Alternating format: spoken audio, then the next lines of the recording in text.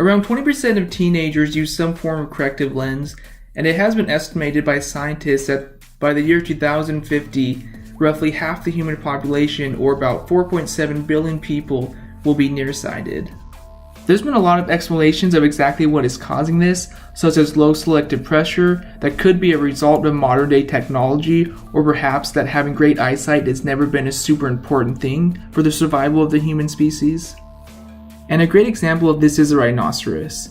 The rhinoceros can only see clearly for about 15 feet, but clearly it does not need its eyesight for survival. The thing is literally a tank.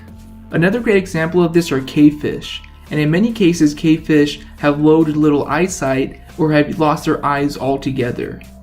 Eyes require a lot of energy and resources to run, and if they're not being used to their fullness, they are a drain on our systems. But this involves generational change, and there may be something that is causing bad eyesight at the individual level. To help get a better understanding of this, there was a report done in 2008, and it involves 628 children living in Singapore and 124 living in Sydney. Of those living in Singapore, 29% displayed nearsightedness, versus only 3% of those living in Sydney. The parents of both the samples had roughly the same nearsightedness, which would help rule out that this was simply just genetics.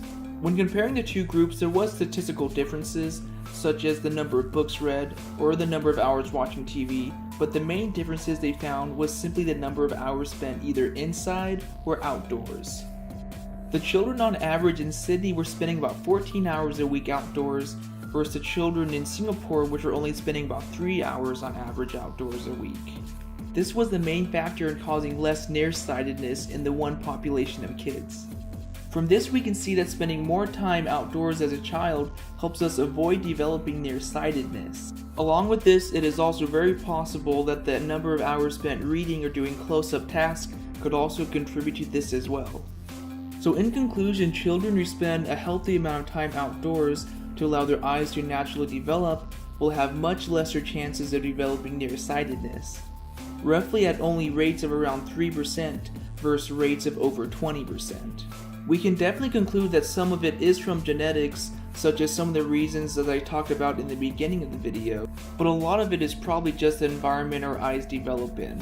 However, a lot of this does need to be studied more in depth, so I would take all of this with a grain of salt until there's been more studies about it, but it definitely is an extremely interesting topic, and I would love to hear any of your thoughts on it.